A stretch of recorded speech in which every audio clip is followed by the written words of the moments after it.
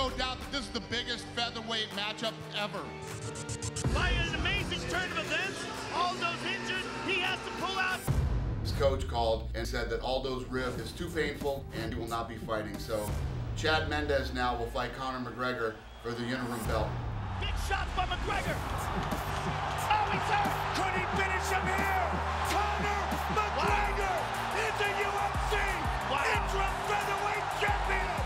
If Conor can do to him what he's been doing to everyone else, the Aldo fight will be beyond imagination. On my eyes, Jose's gone running. If he wants to come back, he can come back, but I swear to God, his day will come. Primeiramente ele ficou surpreso quando me viu, ainda mais a cada dia que passa que eu vejo que é um palhaço. Estarei, vou chegar, vou calar a boca dele no dia 12 de dezembro. I can't wait for this fight. As it stands right now, I am the pound for pound number one.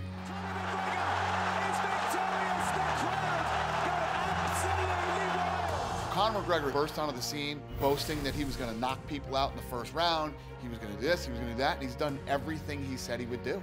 Conor McGregor, another first round win! Wow! I've demolished every single person they put in front of me. I will demolish Aldo as well. The style that Conor has, how hard he hits, the way he moves forward, this fight is going to be a war, a slugfest. It's going to bring the absolute best out of Jose Aldo. Look at this, he's going to Jose Aldo. He's in front of Jose Aldo screaming at him, and Jose Aldo is smiling. Tentou provocar ali, mas eu achei a cena tudo engraçado, de tudo aquilo que ele fez naquela noite. Ele fala demais porque ele é assim, o jeito que ele procura se promover, o jeito que ele procura se vender. I don't think anybody's ever gone at Aldo the way that Conor has. Conor knew that Aldo did not want to be touched, and all Conor wanted to do was touch him. Soco na cara desse filho da...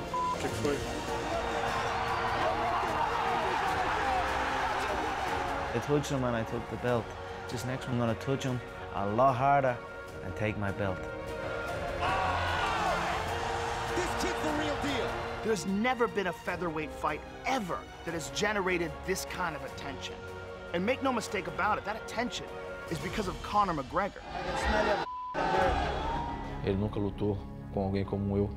Ele nunca lutou contra o campeão. Jose Aldo remains the UFC featherweight champion.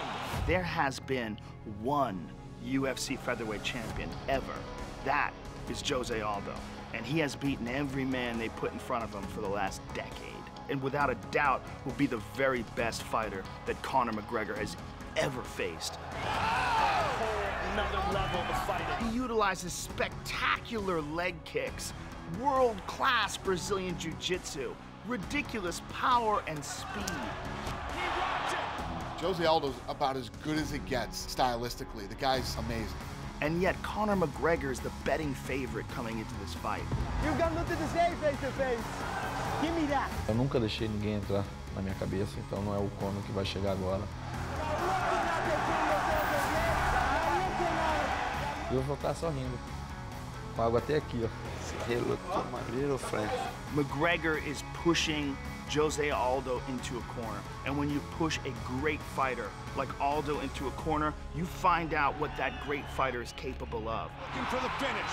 I anticipate a Jose Aldo who is at the top of his game. And we're gonna find out whether or not Conor McGregor can deal with that Jose Aldo. Because that's the Jose Aldo that he summoned. Got stopped. There's the power of Jose Aldo. He will try and get in close and I will be running straight forward for him, so he will feel the power early and it'll be a formality after that. That's it. Aldo. Isso não tenha dúvida. Todo mundo vai ficar chocado quando ganhar. Ele pode fazer o que for, eu acho que isso faz parte. Que ele vai continuar no lugar dele, que eu sou o rei, como eu falei, e ele vai continuar sendo o bobo sempre. This is no joke. I'm gonna come sprinting out the gate. I'm gonna hit him with every shot in the book, and I'm gonna stiffen him up. Eu tô focado, eu tô muito empolgado com essa luta. Pode ter certeza que eu vou chegar lá e vou passar por cima dele uma carreta desgovernada.